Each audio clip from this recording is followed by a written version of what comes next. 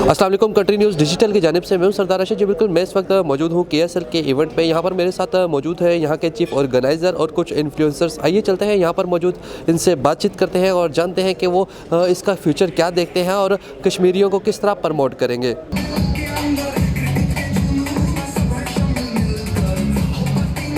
बहुत सारे कलीग्स आए हैं यहाँ पे माशाल्लाह। मोहम्मद हफीज़ प्रोफेसर साहब भी यहाँ पे हैं, मेरा चुनी बाबू अब्दुल रज़ाक, इमरान अब्बास साहब यहाँ पे हैं।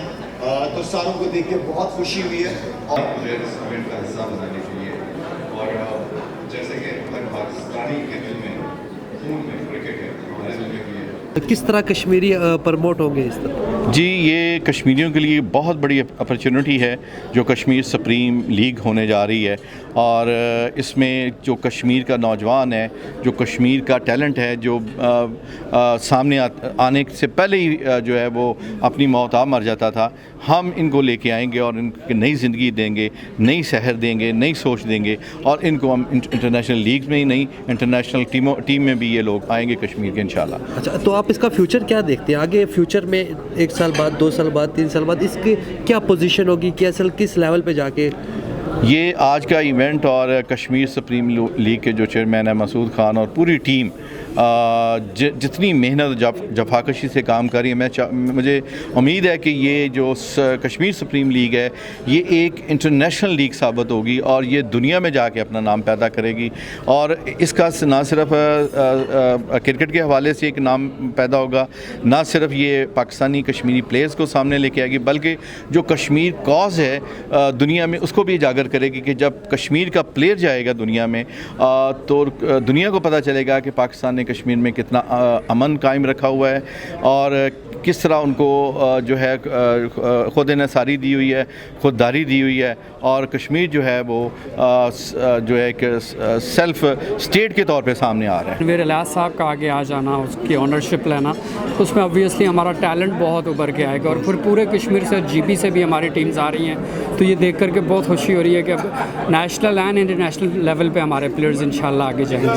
अच्छा, मैंने देखा है आप वैसे भी कश्मीर को बहुत प्रमोट करते हैं और यहाँ पर तो जबकि तनवीर इलियास साहब खुद कश्मीर को बहुत प्रमोट कर रहे हैं, तो आपको कैसा महसूस हुआ और आप क्या मैसेज देना चाहेंगे आवाम के लिए जो देख रहे हैं? मैं अक्सर और बेशतर तनवीर इलियास साहब की, हालांकि मैं पॉलिटिकली कोई उससे इत्तेफाक नहीं करता, वो जो उनकी पार्टी है इस्तेहकाम, उसका मैं मेंबर नहीं हूँ, लेकिन तनवीर इलियास साहब कश्मीरियों के लिए, कश्मीर के लिए हमारा सरमाया हैं, बहुत विजनरी हैं, बहुत बड़ी सोच रखते हैं और कश्मीर के साथ बहुत मुखलिस हैं।